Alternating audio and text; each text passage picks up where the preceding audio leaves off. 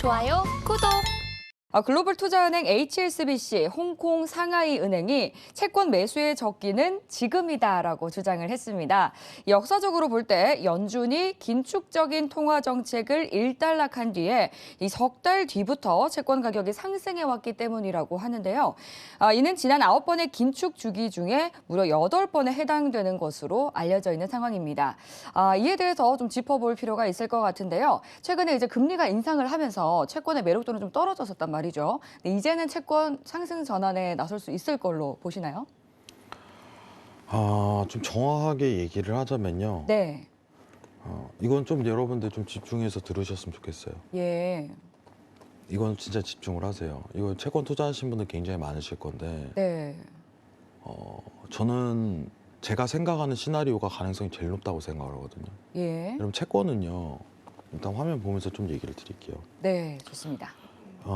요새 체린이라는 말이 계속 들리잖아요. 네, 근데 채권 관심 많은 분들이 또 굉장히 많아지고 많아요. 있다고. 왜냐면 회사채 관련해서 지금 사들이고, 예. 이제 각종 증권사도 워낙 안전 성향이 강하니까 권장을 하죠. 권장을. 왜냐면 지금 최근에 예금이 이제 1금융권 대비해 갖고 3%대로 내려갔잖아요. 네. 그럼 자금 자체가 이제 5%대 이상이 채권에 쏠려요. 자연스럽게. 예. 증시는 아직은 좀 오르기에는 판단이 부적합하다. 위험 자산으로 수급이 들어가는 분위기보다는 채권 분위기로 굉장히 1년 동안 쏠렸었는데, 자, 여러분들한테 이게 얘기 드리고 싶은 게 뭐냐면요. 저는요, 오늘 이 내용은요, 정말 100% 찬성입니다. 지금 채권 매수 적기다. 자, 근데 이게 매수가 뭐냐라고 얘기를 했을 때, 채권을 우리 해외 선물 입장에서 보게 된다면은 사실 금리를 인하할 때, 그죠? 이 채권에 대한 빨간 선이죠. 이게 10년물 국채 금리예요. 10년 국채 금리가 내려간다면은 10년물 국채를 매수를 해도 괜찮겠죠. 그죠? 그렇죠. 근데 내가 실제로 선물이 아닌 현물 채권이죠. 만약에 쉽게 예시로 좀 들어볼게요. 앵커님이 저한테 오늘 10,000원을 빌려줘요. 네. 네. 저는 잠깐 앵커님, 그러면은 처음에 앵커님이 설정을 해요. 나는 대신에 네. 1년 뒤에 예. 11,000원으로 줄게. 네. 이게 채권이에요. 네. 근데 이자가 이제 1년 뒤에 줄 돈 자체가 확실하게 정하고 들어가잖아요. 네, 그죠? 그렇죠. 약속인 거죠. 약속인 거죠, 네. 하나의. 그러면은 이자가 10%일 때가 좋아요? 9%일 때가 좋나요? 8%일 때가 좋아요? 이자가 높을수록 좋겠네요. 그죠? 높을수록 좋죠. 네. 그러면은 이것 또한 마찬가지예요. 음. 채권은 현물을 살 때는 네. 이자 자체가 굉장히 높게 형성이 돼 있을 때 수익 배당을 많이 받겠죠. 네. 근데요, 만약에 여러분들 이제 화면 보면서 다시 한번 얘기 드리겠습니다. 네. 이 빨간 선인 10년물 국채 금리가 내려가게 된다면 네. 채권에 대한 이자율 자체도 전체적으로 하방 랠리로 들어가요. 네. 지금 현재 이제 회사채 기준으로 5%에서 10%대 기준을 잡고 있는데, 회사채 기준으로 잡는다면은 국채가 내려가게 된다면 금리가 최종 금리 형태가 잡히게 된다면은 그 이자 배당도 적어지는 거예요.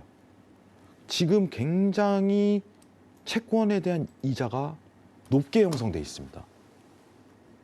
제 말이 좀 다소 어려울 수 있어요. 여러분들 처음 들으시는 분들은 지금 10년물 국채 금리가요, 최고점에 이르렀습니다라고 저는 판단해요. 그렇기 때문에 현물 채권을 사시는 분들은 그 당일 채권을 매수할 때 금리가 결정이 되잖아요. 내가 1년 뒤에 받을 금액이, 2년 뒤에 받을 금액이. 그렇네요. 그죠? 그러면은 금리가 높게 있을 때 계약을 해야겠죠. 그렇죠. 그럼 지금이 적기라는 거예요. 네. 현물은.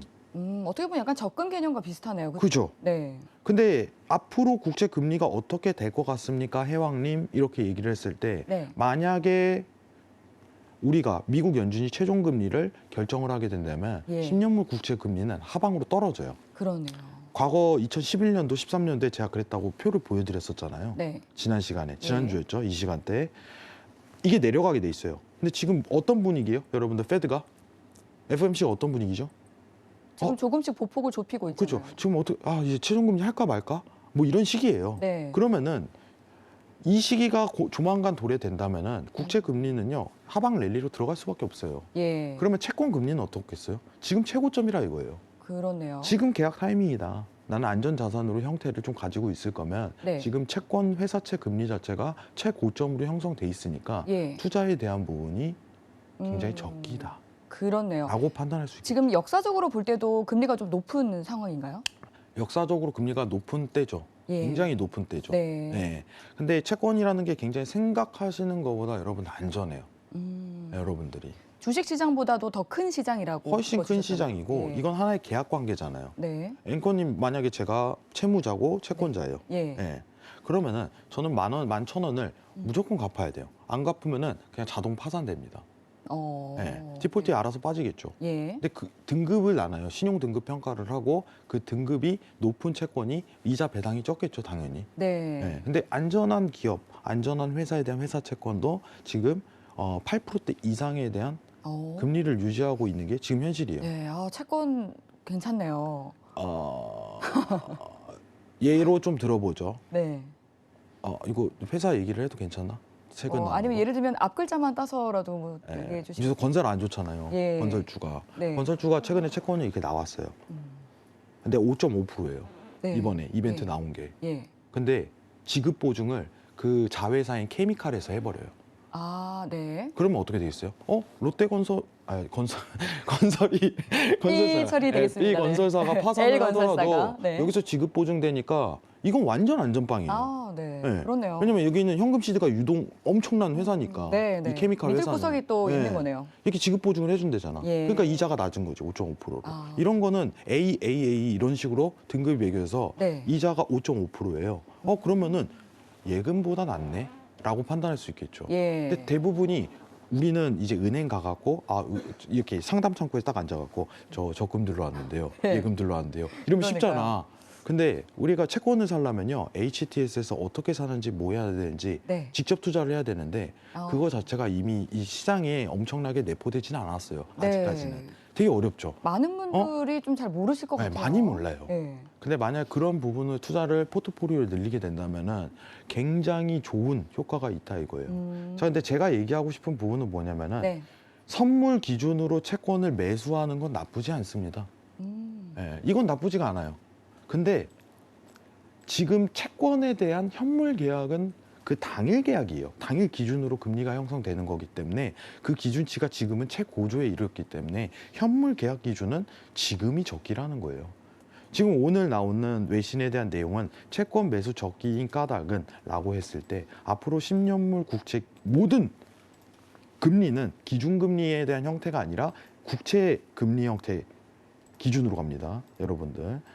그래서 이거를 명목금리라고 칭하는 거예요. 그러면은 지금은 앞으로 최종금리가 나올까 말까 이걸 고민하는 시기인데 더 이상 10년물 국채 금리가 우상향하는 모멘텀이 나오기가 힘들다라는 판단이 전 세워집니다. 그래서 증시가 상승 랠리를 들어갈 수 있는 기반이 잡히는 거고요. 이건 제가 내일 노란톡에서 다시 설명을 드리도록 할 건데 너무 내용이 복잡하기 때문에. 근데 이 내용만 보자면은 10년물 국채 금리가 앞으로 이제 톤다운이 될 수 있기 때문에 채권 매수는 적기가 맞습니다. 이거는 최고조예요. 지금 상황이. 예. 이 기준치 보게 된다면 살라면은 저는 그래요. 이번 달 하시는 게 제일 나을 것 같아요. 직접 채권을 직접 매입으로 진행을 하게 된다면. 근데 저는 여러분들한테 한 번쯤은 해보시라고 권장드리고 싶어요.